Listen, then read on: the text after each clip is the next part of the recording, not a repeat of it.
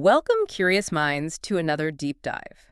Today, we're plunging into a pivotal yet often misunderstood chapter of World War II. Absolutely pivotal. Imagine, if you will, a powerful modern nation, seemingly well-defended, with a highly regarded army crumbling in a matter of weeks under an enemy onslaught. It sounds almost unbelievable, doesn't it? Like something from fiction. It really does. It sounds impossible, a narrative ripped from a historical fiction thriller, maybe. It absolutely does. Yeah. And yet, that's precisely what unfolded in the spring of 1940. Right. For a little over 6 weeks, from May 10th to June 25th, the world watched in stunned disbelief. 6 weeks. Just incredible. Germany executed one of history's most rapid and consequential military campaigns, the Battle of France.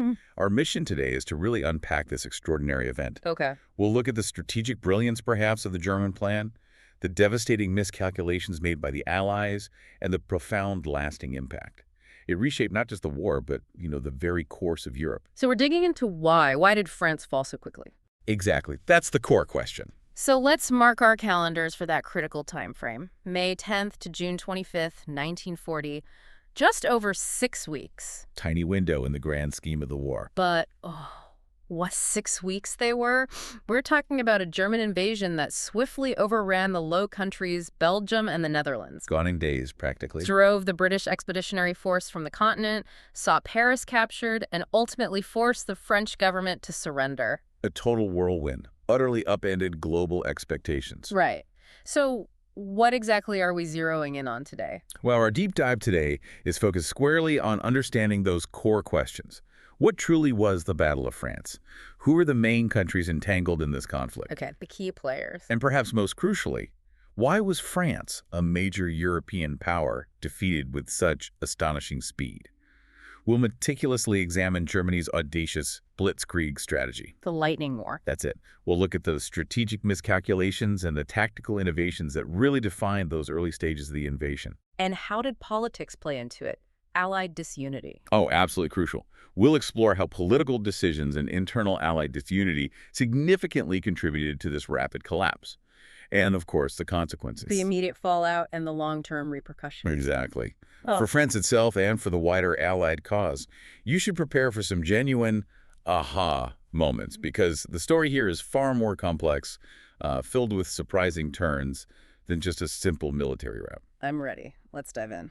Okay, let's begin by setting the stage for this momentous clash. After Germany's swift and brutal invasion of Poland in September 1939. Which was incredibly fast. Right. Then this strange, quiet, almost an eerie silence descended over Western Europe. The popular press, maybe with a touch of hopeful cynicism, dubbed it the phony war. Or Sitzkrieg, as the Germans called it, a sitting war. Oh. Yeah. You might imagine this really tense standoff, armies poised for immediate battle. That's what you'd think.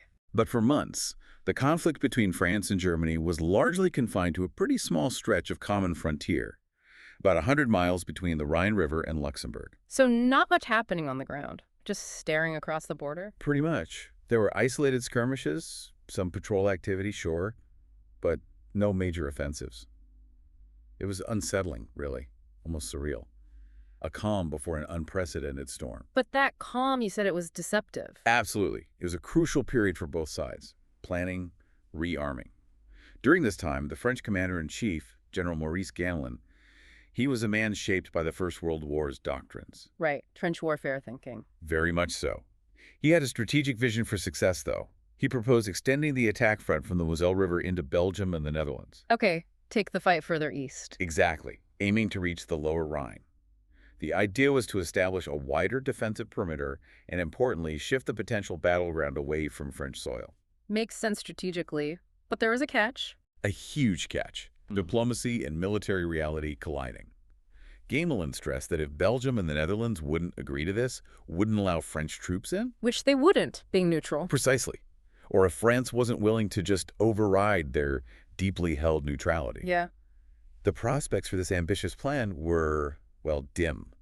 So the plan hinged on violating neutrality or getting cooperation that wasn't likely. That's the crux of it. Yeah. And when that wider alternative was ruled out, concerns about civilian losses, diplomatic fallout, French army morale if they looked like the aggressors. Yeah, tricky optics. The French command ultimately withdrew their divisions back back to the supposed safety of their own Maginot Line. Ah, the famous Maginot Line, so they pulled back. They did. They'd barely dented the German defenses opposite them before Germany finished in Poland and shifted its weight west.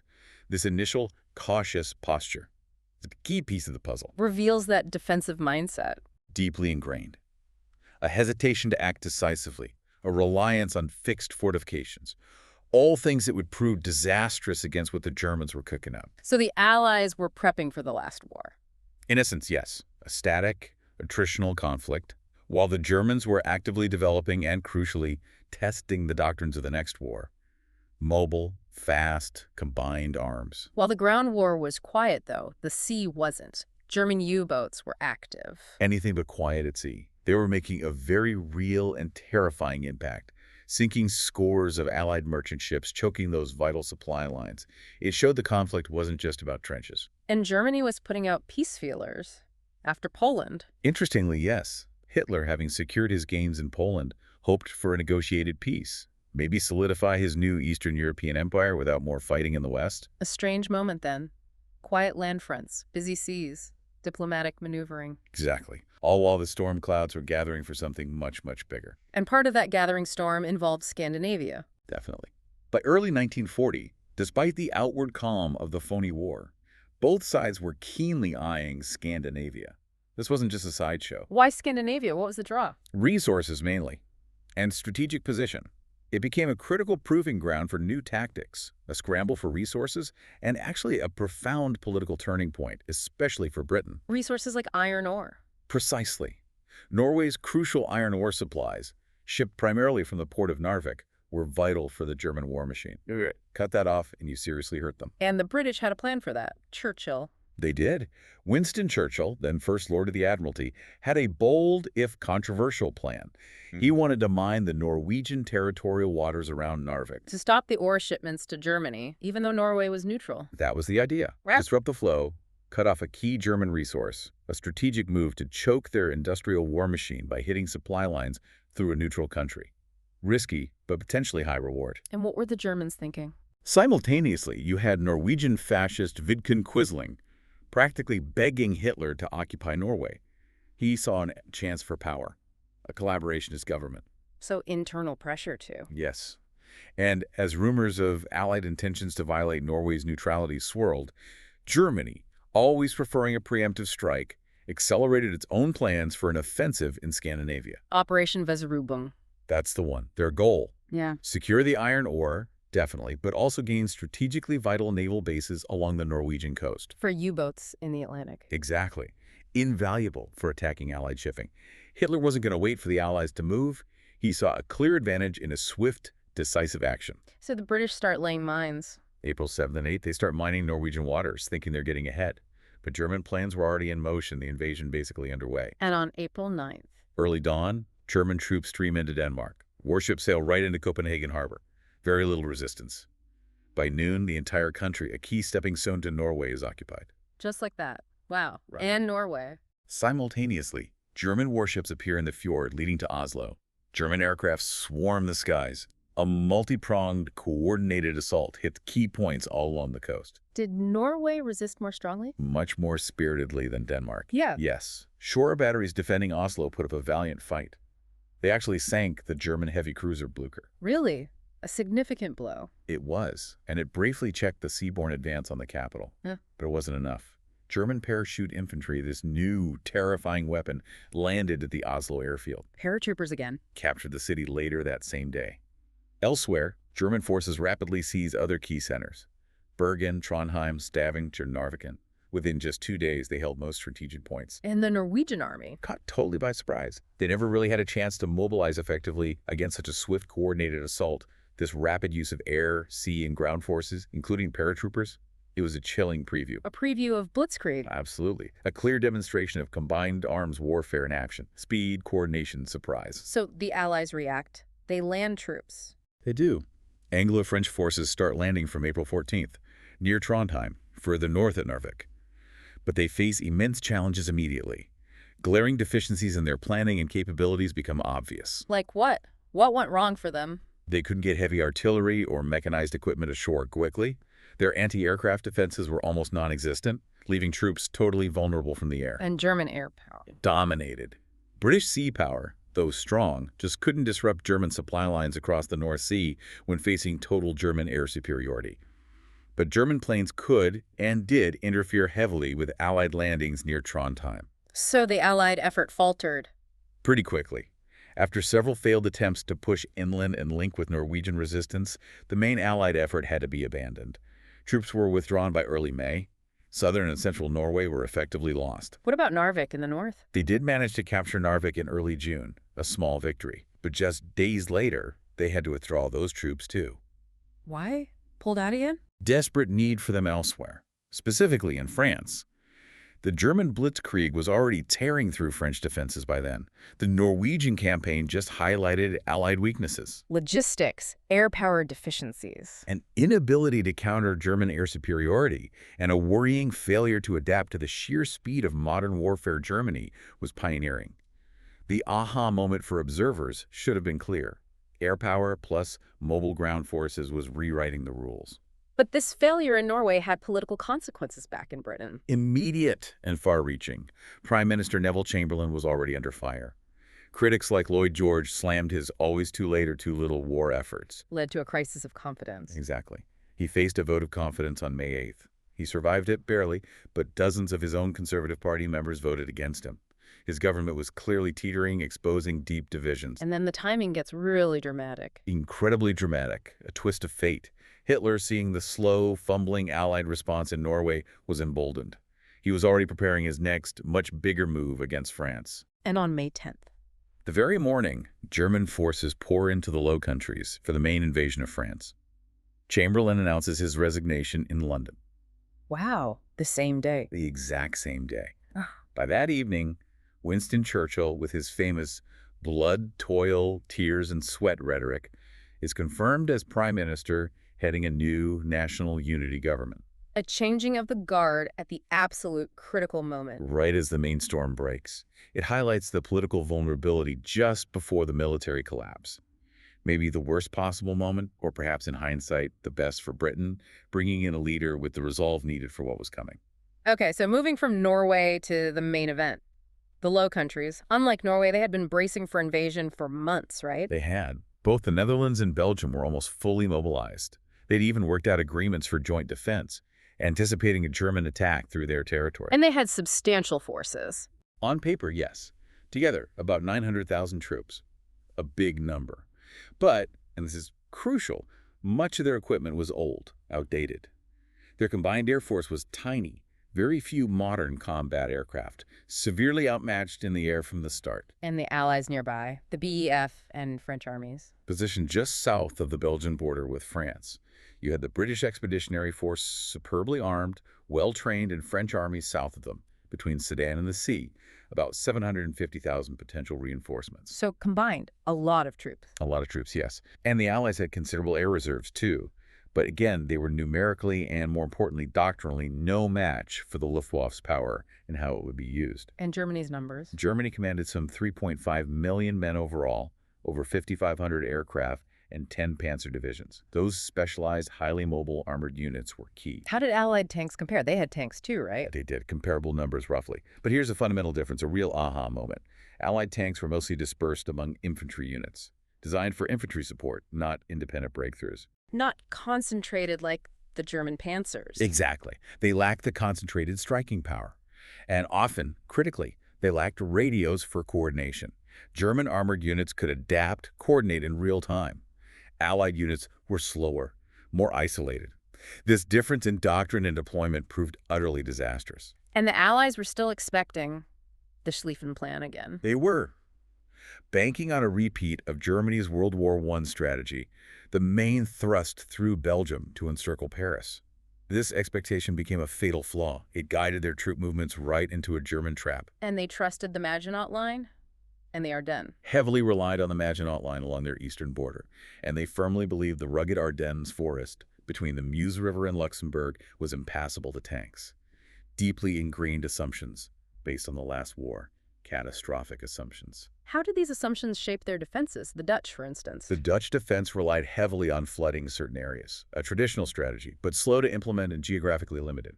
easily bypassed. And the Belgians, their line sounded stronger. More robust, yes. Their line followed the Meuse River to Liège, then along the Albert Canal, a waterway with steep concrete banks, a formidable obstacle. Centered on forts like Eben Email. Exactly. A series of forts along the canal, with Eben Email as the linchpin. Massive, seemingly impregnable, commanding approaches to Maastricht and key bridges. But you mentioned a weakness, a gap. A critical structural weakness. An Achilles heel in their joint defense. The Dutch and Belgian defensive systems didn't actually link up properly. There was a glaring gap, 40 to 50 miles wide, between the Belgian Meuse-Albert Canal lines and the Dutch water defenses further north. An undefended area between them. Effectively, yes. A strategic oversight that would be ruthlessly exploited, leading to the rapid isolation of the Netherlands. Now, the German plan, Fallgeld, the original version was like Schlieffen. It was, largely. The initial Case Yellow plan did envision the main effort through the Low Countries, but Hitler found it too conservative, too predictable, lacked ambition. He wanted a knockout blow, not just a limited victory. He wanted something bolder. Enter Manstein. Exactly. Lieutenant General Erich von Manstein proposed a brilliant, audacious alternative. It completely inverted the expected strategy, turned the Allied defensive strength into their greatest weakness. How? What was the core idea? Instead of the main effort through the Low Countries, that would become a feint, a deliberate deception. Okay, draw the Allies north. Precisely. General Fedor von Bock's Army Group B, the northern German force, would invade Belgium and the Netherlands. This was designed specifically to lure the best Allied armies, the BEF, the French 1st and 7th Armies, forward into Belgium, exactly where they expected the main fight. Playing on their expectations. And the Maginot Line. General Wilhelm von Lieb's Army Group C would just make noise against the Maginot Line, keep those French forces fixed, pinned down, diverting attention, a holding action. So if the North is a feint and the Maginot Line is a distraction, where's the real punch? The revolutionary idea? The real punch, the strategic masterpiece, was General Gerd von Rundstedt's Army Group A. A massive force, 1.5 million men, over 1,500 tanks, the bulk of Germany's panzer divisions, concentrated, radio-equipped. And where would they strike? Through the Ardennes. The impassable forest. The very same. A lightning-armored thrust through terrain the Allies considered totally unsuited for tanks. That was the genius. Bypassing the Maginot Line and the Allies' best divisions tied up in Belgium. Surprise and speed through the unexpected route. Paramount. Create a devastating, shocking breakthrough. Cut the Allied armies in two, sever communications, supply lines, collapse their will to fight. This was Blitzkrieg theory put into devastating practice. Speed, surprise, overwhelming concentrated force at the decisive point. Okay, May 10th, the attack begins. How did it unfold in the Netherlands? Ground attacks hit The Hague, Amsterdam, Rotterdam from several directions. A multi-axis assault, but the most powerful push drove across Dutch Limburg towards Maastricht. Exploiting that gap you mentioned. Exactly. It quickly isolated a huge part of the Netherlands from any potential reinforcements coming from the south, from Belgium or France. That defensive gap was exploited immediately. How else could Allies have reached Rotterdam? Only other viable way, besides the sea, was the long bridge over the Meuse at Moerdijk. But German paratroopers seized it on day one, dropped right on it, held it tenaciously until ground forces arrived. Critical blow, early on. Airborne troops elsewhere, too. Yes, capturing key airfields, bridges near Rotterdam, Amsterdam, The Hague, created instant chaos, paralyzed Dutch command, disrupted mobilization.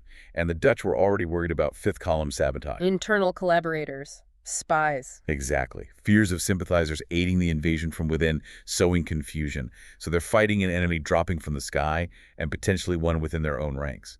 Total disarray. And as this happens, the main Allied forces move north into Belgium. Within hours of the attack starting, British and French troops, including the French Ninth Army, rush north from their prepared positions in France, abandoning them to meet the perceived main threat in Belgium. Falling right into the trap. Perfectly.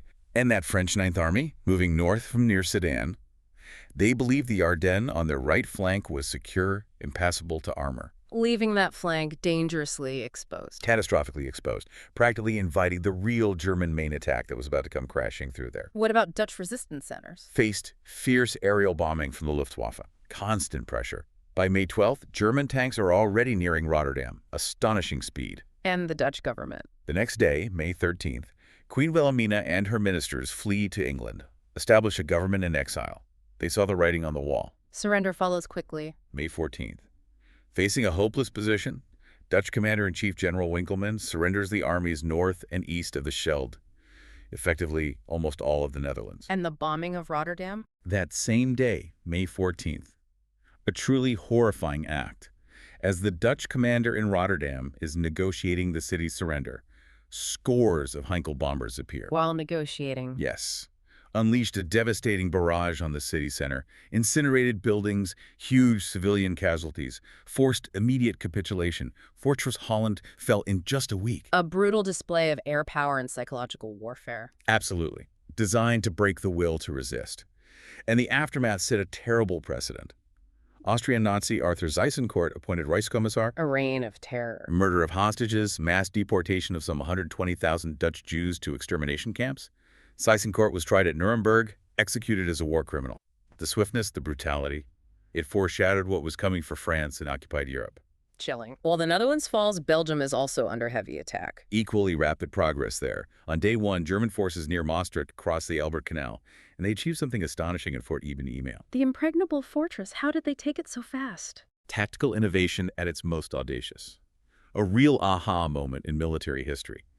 Several hundred elite German Fallschirmjäger paratroopers didn't jump. They arrived silently in gliders. Gliders, landing right on top. Right on the roof of the fortress. Yeah. Completely silent approach.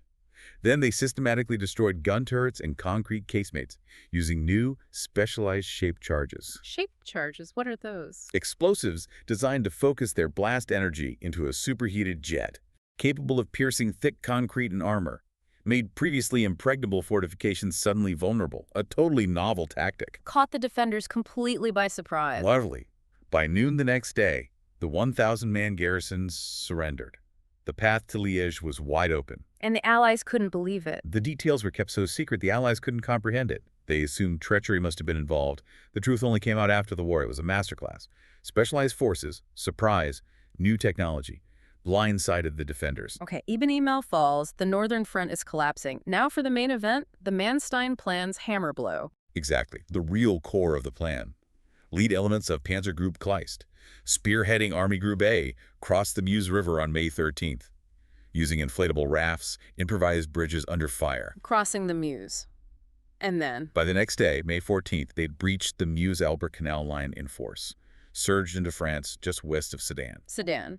That's the Ardennes sector, the one the French thought was safe. The very sector, believed secure due to the rugged, supposedly impassable Ardennes forest.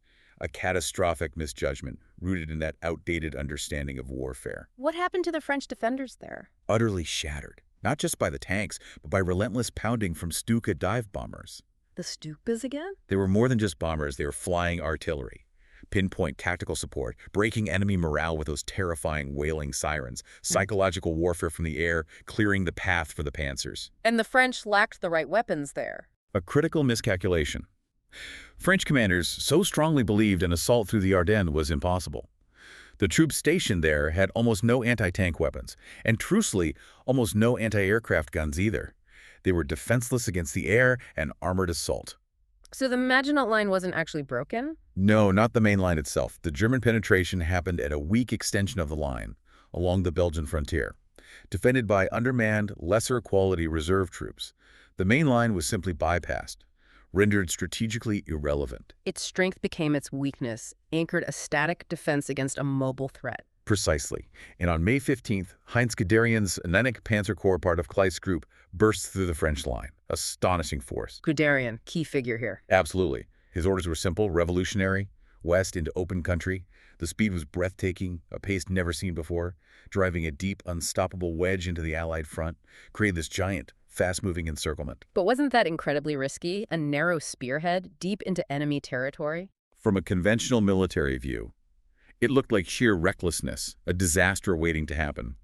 Guderian's armored salient was narrow, its flanks were thin, sometimes non-existent. Its tip was maybe 150 miles ahead of the main German infantry body. And Allied armies were all around? To the north, nearly 1 million Allied troops.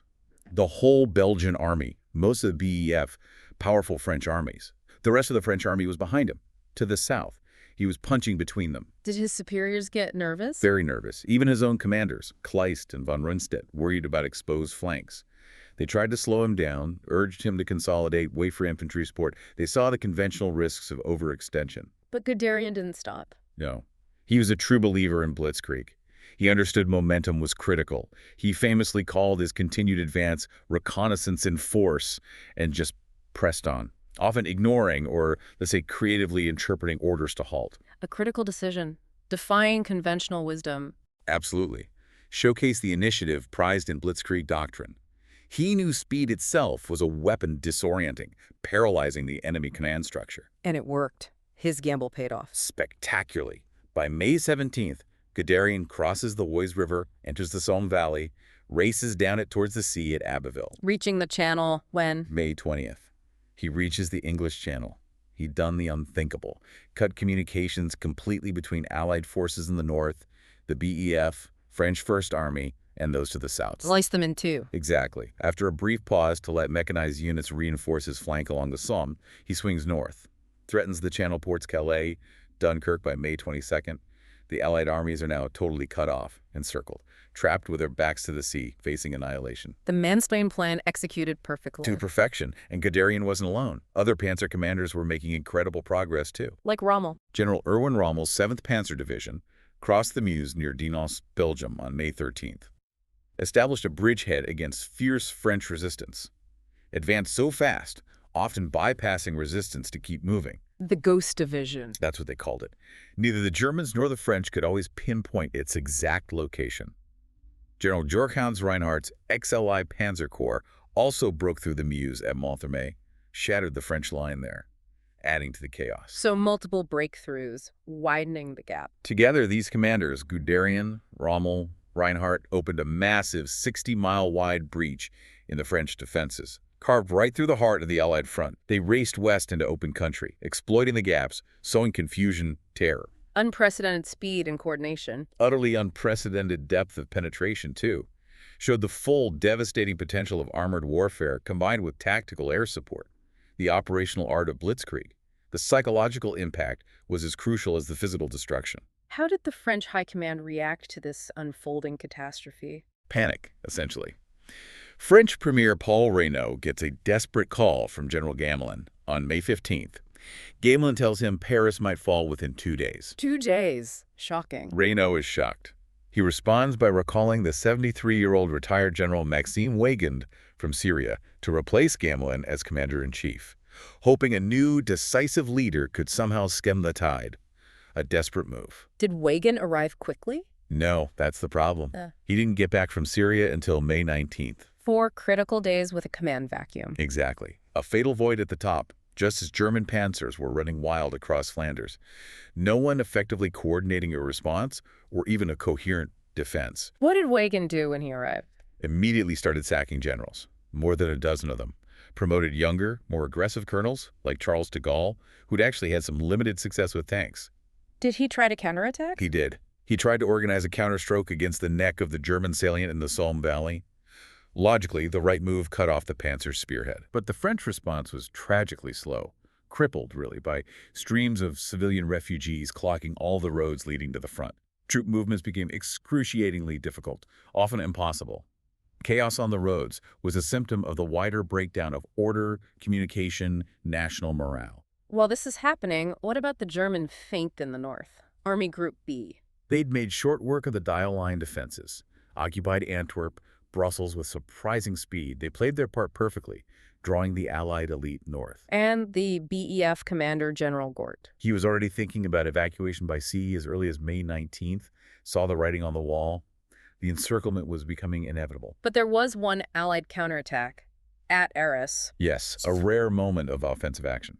On May 21st, Gort launched a surprise counterstroke against Rommel's 7th Panzer Division near Arras. What forces were involved? 2 BAF tank battalions, infantry support, and elements of a French mechanized division.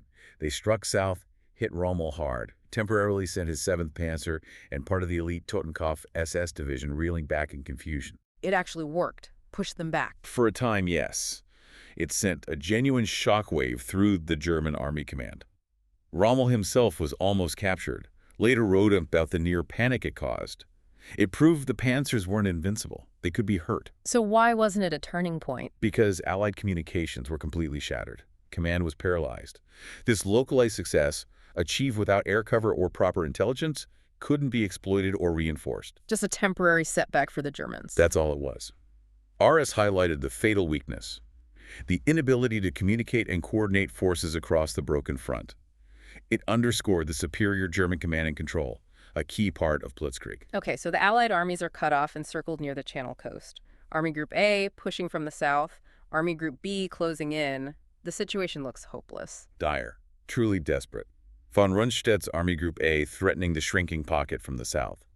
Von Reichenau's 6th Army, part of Bock's Army Group B, pushing the Belgians to the breaking point. German units are crossing the canal defense lines near Dunkirk. Dunkirk, the only port left for evacuation. The only one realistically available for the BEF. The trap was closing fast. And then Hitler does something unexpected, the famous halt order. And then something truly inexplicable happened, a decision debated endlessly by historians. On May 24th, Hitler issues an order, not just halting the German advance, but actually calling the armored spearheads back to the canal line. He stopped them just as they were about to crush the pocket. He stopped them, gave the Allies a precious, completely unexpected reprieve, bought them invaluable time at the most critical moment. Why? What was the thinking? It seems like one of the biggest strategic blunders of the war. There were several intertwining reasons, none of them entirely satisfactory, perhaps. Primarily Hermann Goering, head of the Luftwaffe, confidently and wrongly assured Hitler his aircraft alone could destroy the Allied troops trapped on the beaches. Goering wanted the glory for the Luftwaffe. It seems likely. Personal and institutional ambition played a role. Hitler also seems to have believed a profound misreading of British character, that Britain might accept peace terms more readily if its pride wasn't shattered by seeing its entire army surrender on the continent. He thought letting them escape might make them negotiate. Possibly. He perhaps envisioned a scenario where Britain, spared the ultimate humiliation, might be more amenable. A massive miscalculation, militarily and psychologically. Underestimated the RAF, underestimated British resolve, underestimated Churchill. So the halt order buys time. The retreat becomes a race to the sea. A desperate race against time and the Germans. Evacuation Operation Dynamo begins in earnest on May 27th. And the situation gets worse for the Allies. Even more urgent the next day, May 28th. Belgian King Leopold III surrenders his army. His troops were everywhere in retreat, millions of refugees caught in the pocket, no hope of support. Leaving the Allied flank exposed. Wide open. Exposed the British and French left flank to the full force of the German 6th Army. Made the Dunkirk perimeter even harder to hold. How did the evacuation itself work? How did they get so many off? Several factors. The Royal Air Force fought desperately, often outnumbered, but managed to gain at least temporary air superiority right over Dunkirk. Absolutely crucial. Kept the Luftwaffe off the beaches, somewhat? Enough to allow the ships to operate. Without that fighter cover, the beaches would have been a killing ground. Then, the Royal Navy, with incredible daring, precision, assisted by French naval craft, stood close inshore. Taking men off in destroyers. Thousands in overloaded destroyers, minesweepers, ferries, other small craft, braving constant air attacks, shelling from shore batteries, incredible seamanship and bravery. But the image everyone remembers is the little ships, right? The motley fleet, that's the enduring image, and rightly so, became a powerful symbol. An incredible armada of around 700 civilian boats. What kind of boats? Everything. Fishing trawlers, private yachts, tugboats, lifeboats, pleasure craft. They sailed across the channel, many crewed by civilians, ferrying soldiers from the shallow beaches out to the larger naval ships waiting offshore. Remarkable civilian courage. Improvisation. Truly remarkable. Yeah. Captured the world's imagination. Transformed a military disaster into this powerful narrative of collective will, the Dunkirk spirit. So RAF cover, the Royal Navy, the little ships, and Hitler's halt order. Undeniably. Yeah. The success was partly due to the RAF, the Navy, the volunteers, but it was fundamentally enabled by Hitler's fatal order of May 24th. That gave them the critical window. Did Hitler change his mind? After 3 days, yes, he withdrew the order, allowed the panzers to advance again. But by then, the British had hastily organized stronger defenses around the perimeter, bought more precious time. Then Hitler stopped the armor again. Again, why? Redirected his panzers south, ordered them to prepare to complete the conquest of France rather than get bogged down reducing the Dunkirk pocket. The window had closed, but hundreds of thousands had escaped. What were the final numbers? How many saved? By June 4th, when Operation Dynamo ended, an astonishing number, about 198,000 British troops and around 140,000 French and Belgian troops, transported across the Channel to safety. Incredible numbers plucked from the jaws of capture. But the cost was still huge. Immense. The BF had to abandon virtually all its heavy equipment. Tanks, artillery, trucks, thousands of vehicles, mountains of supplies left behind on the beaches. A staggering material loss for Britain. And casualties, stranded troops. More than 50,000 British troops couldn't be evacuated. Some 11,000 were killed in the fighting around the pocket, and most of the rest were captured. Huge losses despite the successful evacuation. Yet Dunkirk became a symbol of resilience. Absolutely. Despite the losses, the courage, the operational brilliance, the sheer determination shown at Dunkirk became a profound rallying point for the British. Churchill's defiant speech to Parliament afterwards transformed a military defeat into a symbol of national resilience, a determination to fight on. It turned retreat into a moral victory, in a way. So, early June 1940, the situation is grim. Denmark, Norway, Belgium, Netherlands, fallen. The British, driven out, minus their equipment. Germany holds over 1 million Allied prisoners. France is alone. Stark. Undeniably grim. The remnants of the French army faced this new reality, isolated, severely depleted. They had to form a new front line. The Wagened Line. Hastily assembled, yes. Named after the new commander-in-chief. Stretched along the Somme and the Aisne rivers. A much longer line than the original Franco-Belgian frontier. But with fewer troops to hold it? Dramatically diminished forces, both in numbers and, crucially, in morale. France had already lost 30 of its own divisions, killed, wounded, captured. Wagen could only muster 49 divisions for this huge new front. Only 49. What about the Maginot Line troops? He had to leave 17 divisions holding the Maginot Line, which was now completely bypassed and strategically obsolete. A massive, expensive monument to yesterday's war. Meanwhile, the Germans, ready for the next phase. Anything but idle. They'd brought their 10 battle-hardened panzer divisions back up to full strength. Fresh tanks, fresh crews. Their spearhead was sharp, ready for the final push. And their infantry. Their 130 infantry divisions were almost untouched, ready to follow up the armored breakthroughs. For this new offensive, fall rot, case red, they redistributed forces extensively. New arms brought in? 2 fresh armies, the 2nd and the 9th, inserted along the Aisne sector. And Guderian, architect of the Sedan breakthrough, was given command of a powerful new group of 2 armored corps, Panzer Group Guderian, moved into readiness there, poised to strike again. When did the final offensive begin? 4:00 a.m., June 5th. It recommenced. Started with a crushing barrage from dive bombers, then a powerful thrust by mechanized and armored troops, initially on the western stretch, between Laon and the Channel. What was the objective now? Paris. It became immediately clear their objective wasn't just Paris, which was almost a foregone conclusion by then. It was the wholesale destruction of the remaining French armies in the field. The final, decisive blow leaves no doubt about the totality of the victory. Did the French resist? Surprisingly stiff resistance along the Somme for the first 2 days, a testament to the remaining French fighting spirit, even against overwhelming odds, but it couldn't last. The breakthrough came. June 7th. The most westerly armored corps, led again by Rommel, broke through near Abbeville, heading for Rouen. Once more, relentless speed. By June 8th, German armies crossed the Avre at Roye, capturing Noyon, gave them passage over the Oise. Forcing a general retreat. Yes, the French were forced into a general retirement along a 100-mile front. Their lines just collapsed under the sustained, coordinated pressure. The defense crumbled. Elapsed in confusion. The Germans crossed the Seine River on June 9th with almost no serious resistance, a river that should have been a major defensive barrier. What about Kleist's panzers? His planned pincer movement from Péronne was initially held up near Compiègne.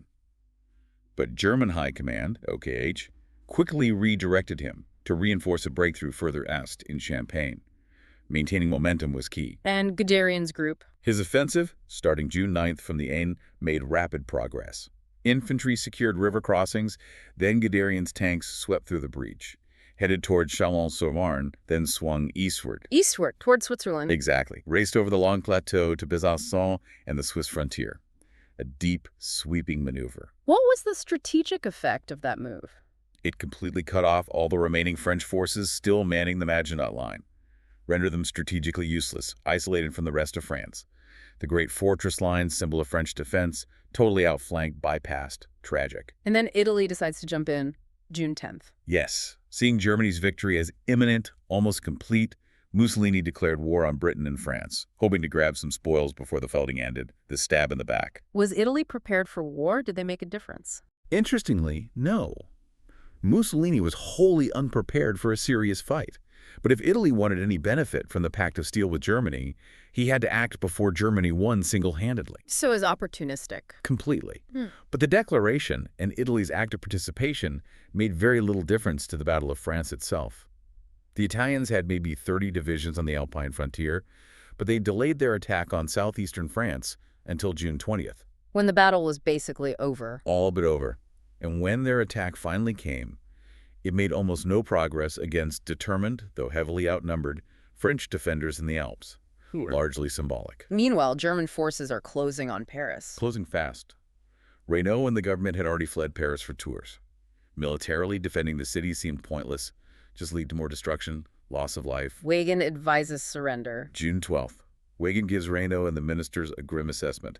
France's war is lost. Further combat is fruitless, undeniably accurate, given the complete disintegration of entire French armies. The nation was reeling. A sad footnote happens around this time, too. The 51st Highland Division. That same day, yes, on the Channel coast. A proud British division, the 51st Highland, which had been under French command, got cornered at Saint-Valery-en-Caux. Couldn't be evacuated. No evacuation ports reachable, exhausted their supplies, ammunition. Major General Victor Fortune and his 10,000 men were forced to surrender. Fortune became the highest-ranking British POW captured by Germany. Highlights the scale of the collapse, the human cost. And Paris falls. June 14th. The French army officially evacuates Paris, declares it an open city to spare it destruction. The Germans enter later that day, march down the Champs-Élysées. The capital falls without a fight. Deeply symbolic surrender of national pride, sovereignty. The end of an era. Reynaud still hoped to fight on. From North Africa. He did. He relocated the government again, from Tours, now threatened, to Bordeaux. Issued a poignant appeal. Today, the life of France is at stake. Our fight has no further sense if you do not see. The hope of a common victory growing. A desperate plea, acknowledging the dire situation but still advocating continuing the fight from the colonies. But events overtook him. Verdun falls. June 15th. The capture of Verdun, synonymous with French sacrifice, resilience, and WWI, they shall not pass, places German armies behind the Maginot Line, outflanking it totally, removing any lingering strategic relevance. The psychological blow must have been immense. And Reynaud resigns. The following day, June 16th. His vision for fighting on from North Africa isn't supported by his fracturing cabinet. He resigns. His successor, the venerable Philippe Pétain, 84 years old. Hero of Verdun in the last war. The man famous for "Ils ne passeront pas." Ironic. Deeply ironic. Now called upon to lead a nation utterly overwhelmed, needing to end the fighting. Was Petain's government formed to seek peace? Clearly. Though Weygand was defense minister, the cabinet was formed primarily to end the war. Reynaud was out. Prominent posts went to appeasers like Pierre Laval, who openly urged cooperation with the Third Reich. And Pétain asks for terms. June 17th. Pétain formally asks the Germans for an armistice. Honorable terms, he hoped, signaling the end of organized resistance, accepting the crushing reality of defeat. Did the Germans rush to respond? No, they savored the victory, delayed for several days, let the full weight of their triumph sink in. But on June 21st, 1940, the surrender terms were dictated. Where? In the presence of Hitler himself. In the very same railway carriage at Compiègne where the 1918 armistice ending WWI had been signed. A deliberate humiliation for France. Profoundly humiliating. A symbolic reversal of their previous victory, designed to rub salt in the wounds. France accepts. The French delegation accepted the terms the next day, June 22nd, but there was a condition. They had to conclude a separate armistice with the Italians before the German one took effect. Buying the Germans more time. Exactly. During this delay, the Germans pushed further south, into the Rhone Valley as far as Lyon, which changed hands several times before the armistice finalized things. When was the Italian armistice signed? June 24th, the Franco-Italian armistice concluded at Villa Incisa, near Rome. 6 hours later, 12:35 a.m. on June 25, 1940, hostilities officially ceased between France, Germany, and Italy. The Battle of France was over, just over 6 weeks. A continent reeling, a world forever changed. #Aftermath and enduring legacies. So the fighting stops June 25th, but the armistice of June 22nd with Germany fundamentally changes France itself, right? Divides the country. Dramatically. Yeah. Marks the end of fighting, but the start of a new, incredibly difficult, often tragic chapter. One zone, all of northern France from Switzerland to the Channel, plus the entire Atlantic coast down to Spain, placed under direct German military occupation. And the rest, the unoccupied zone. Under nominal French sovereignty, yes, but only the southeast two-fifths of the territory, a rump state, really, governed from the spa town of Vichy. What about the French military? The Navy and Air Force, that was a big concern for Britain. A point of intense negotiation. The terms required them to be neutralized, but crucially, not handed over directly to the Germans. French negotiators fought hard for that, seeing the fleet as a key symbol of remaining French power. Other harsh terms. Yes, a strict economic barrier between the occupied and unoccupied zones, effectively splitting France internally. And a chilling requirement. Hand over German refugees in France to the German authorities. Many of whom were political opponents or Jewish refugees. Exactly. The French feared, quite rightly, for their fate under the Nazis. What about the Italian armistice terms? Were they harsh? Surprisingly generous, perhaps, given Mussolini's ambitions. Italy only claimed a small frontier area their forces had actually overrun since June 20th. But they demanded demilitarization. Yes, demilitarization of fortified areas and key naval bases. Toulon on the Mediterranean coast, Bizerte in Tunisia, Ajaccio in Corsica, Oran in Algeria, strategic locations. And that, combined with requiring French naval units to return to ports, some in occupied territory, sets up a clash with Britain. Laid the groundwork for a truly tragic, unforeseen clash with their former ally, yes. The attack on Mers el-Kabir, how did that come about? It seems unthinkable, Britain attacking the French fleet. A bitter irony indeed. The largest naval action of the war until late 1940 pitted Britain against France. Remember, before the surrender, Britain had released the Reynaud government from its alliance obligations, provided the French fleet was put under effective British control, not surrendered to Germany. A critical condition. The French fleet was powerful. One of the most powerful in the world. And the British viewed Petain's acceptance of Germany's terms, which didn't guarantee the fleet wouldn't fall into Axis hands, as a profound betrayal. They feared if the French fleet joined the Italo-German navies, the Axis might achieve parity with Britain at sea. Threatening Britain's survival, control of the seas was everything. Everything. Could tip the balance, leave the Commonwealth exposed to invasion, sever supply lines. Churchill, decisive, often ruthless when national survival was at stake, acted swiftly. With a heavy heart, undoubtedly, but acted. What was the trigger for direct action? In the days after the surrender, there was doubt whether French naval officers and colonial administrators, many staunchly anti-German, would obey Pétain. But intelligence soon indicated the governors in French North Africa and Syria would accept Vichy's authority, potentially allowing the fleet to fall into Axis hands. So Churchill launched Operation Catapult, July 3rd. July 3rd, yes, aimed at neutralizing French naval assets. French ships in British ports like Plymouth and Portsmouth were seized relatively peacefully. An agreement was reached with the French squadron in Alexandria, Egypt, for internment and demilitarization. But the main concentration was at Mers el-Kabir in Algeria. Yes, the largest collection of French naval power, including several modern battleships under Admiral Marcel Bruno Gensoul. What options did the British give Gensoul? A British squadron under Vice Admiral James Somerville arrived, presented stark, brutal options. 1. Join the British against the common enemy, effectively defecting. 2. Sail his ships to British or West Indian ports for internment under supervision. 3. The British would sink his fleet to prevent it ever falling into German hands. A harsh ultimatum. How did Gensoul react? Furious. Perceived it as an outrageous ultimatum from a recent ally. Bound by his orders from Vichy not to surrender his ships to anyone, he stalled for time, secretly radioed Vichy for instructions and reinforcements, prepared to sail and fight if necessary. The British knew he was stalling. They intercepted his radio traffic, understood his intent to break out. They began mining the harbor entrance to block escape. Just before 6:00 p.m., July 3rd, 1940, negotiations failed utterly. The British opened fire. The first naval battle between Britain and France since Napoleon? The outcome. Devastating. The battleship Bretagne exploded when a British shell hit its magazines. Nearly 1,300 French sailors killed instantly. The battleships Provence and Dunkirk were badly damaged, forced aground. The destroyer Mogador crippled. Did any escape? Only the battleship Strasbourg and its escorting destroyers. Through speed and luck, they cleared the harbor under fire and managed to steam back to the main French base at Toulon. The political fallout must have been immense. Deeply controversial, tragic, a true breach. Pétain severed diplomatic relations with London on July 8th. The French Air Force even bombed Gibraltar in retaliation, though with little effect.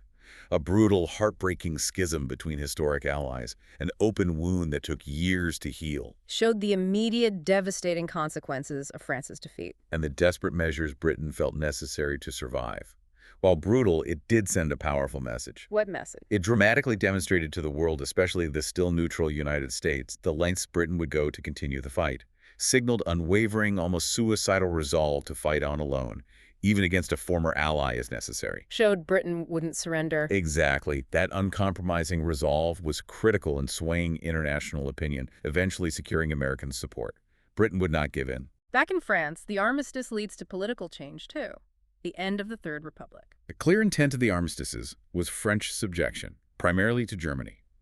This was solidified politically on July 10, 1940. Pierre Laval, the leading appeaser and collaborator. The one urging cooperation with Germany. That's him. He pushed the National Assembly, meeting in Vichy, to vote itself out of existence, effectively ending the Third Republic, France's parliamentary democracy since 1870. Replaced by what? Vichy France? In its place rose the authoritarian state of Vichy France, headed by Pétain, based in the unoccupied zone. The revolutionary slogan, liberty, equality, fraternity, was scrapped, replaced with a conservative, almost fascistic, work, family, fatherland. And Laval? In Laval, the Nazis found an eager, willing partner. He saw France's future tied directly to German victory. Willing to collaborate extensively, implement anti-Semitic laws, actively aid the German war effort. A profound, tragic shift in French governance. A dark, divisive period. But not all of France accepted this. Resistance began. De Gaulle. Despite the armistice, the collapse, the occupation, parts of the French nation absolutely refused to give up. From the very start, Charles de Gaulle. A junior general before the war, relatively speaking. Yes, but one who'd argued passionately for modern mechanized warfare. He escaped to England, established himself there, became the powerful, defiant voice of France's continued resistance. Free France. On June 28th, the British recognized him as the leader of Free France, a government in exile dedicated to fighting Germany and its collaborators. How did Vichy react to de Gaulle? August 2nd, a French court under Vichy authority tried him in absentia, sentenced him to death. Shows the deep political division within France itself. Did de Gaulle's movement gain support? It gained traction. Crucially, French equatorial colonies like Chad and Cameroon, led by Governor Félix Éboué, rallied to free France, provided manpower, resources, legitimacy. De Gaulle wasn't just leading volunteers, he was administering a large colonial area, a tangible base. And resistance within France itself. By the end of 1940, yes. Various local resistance movements began to form spontaneously, frustrating the occupiers with sabotage, intelligence gathering, clandestine newspapers. Small beginnings, but crucial. These would grow. They would grow, eventually link up with de Gaulle's Free France, and become vital allies for the eventual return to the continent in June 1944. That spirit of defiance, though small and precarious initially, burned brightly. A testament to the enduring French will for liberty. Hashtag tag outro. So the Battle of France, just over 6 weeks, fundamentally altered the course of World War II, the history of Europe, showed the world the terrifying effectiveness of Blitzkrieg. The vulnerability of static defenses like the Maginot Line. And the devastating consequences of strategic miscalculation, Allied disunity, facing a truly innovative and relentless enemy. A stark lesson in modern warfare's dynamism. What's truly fascinating here, I think, and maybe a sobering thought for all of us, is how a nation's military doctrine, even one deeply held, based on past success, can become its greatest weakness when confronted with revolutionary tactics, a complete shift in thinking. The French prepared for the last war. Meticulously prepared for a trench-bound attritional conflict. While the Germans were actively conceptualizing, developing, executing the next one, a war of rapid movement, surprise, decisive encirclement. Raises a question for today. It does. It raises an important question for you, our listener. How often do we, maybe in our own lives, our businesses, our societies, become so reliant on what has worked that we fail to see the emerging threats, the innovative solutions right in front of us? The danger of complacency. Exactly. The lessons of 1940 extend far beyond the battlefield. They serve as a powerful reminder of the dangers of complacency and the absolute imperative of adaptability in a rapidly changing world. Something to think about.